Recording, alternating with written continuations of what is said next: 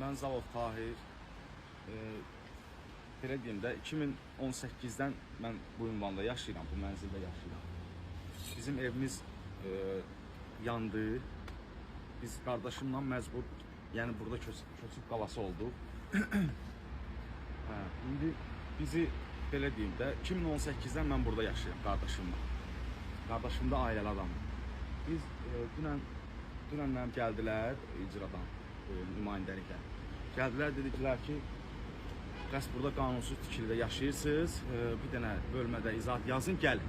Biz də getdik, izahat yazdıq, hətta cərmələndik. Sonra gəldik, gördük ki, mənzərə budur. Bax,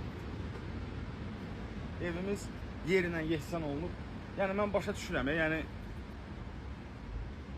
necə deyim, qanunsuz tikili deyirsiniz, mən razılaşıram, yaxşı, başa düşdüm.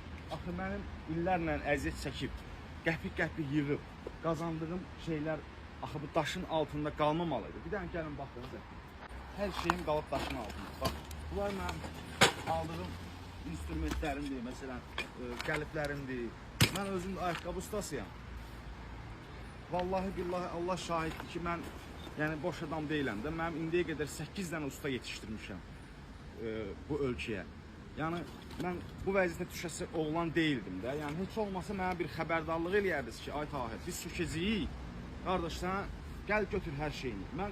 Mənim bax, illərlə, zülümlə qazandığım bax, buna bax, atdıqlarıma bax. Mən bunlara Allaha and olsun zülüm çəkib almışdım, zülüm. Ki mən nəsə eləyəcəm. Nəsə eləmək istəyirdim də, mənim 30 yaşım var, mən illərdir vuruşuram ki, nəsə eləyim. Siz mənim də arxamdakı kimsəm yoxdur, başa düşdünüz. Yəni, tək adamam, atasız anasız böyümüş adamam. Yəni, 30 ildir tək vuruşuram. Çalışdım ki, nəsə eləyim, qardaşım da gəlsin, çəkim yanıma. Yəni, bir şey eləyim də. Bax, aparatıma bax.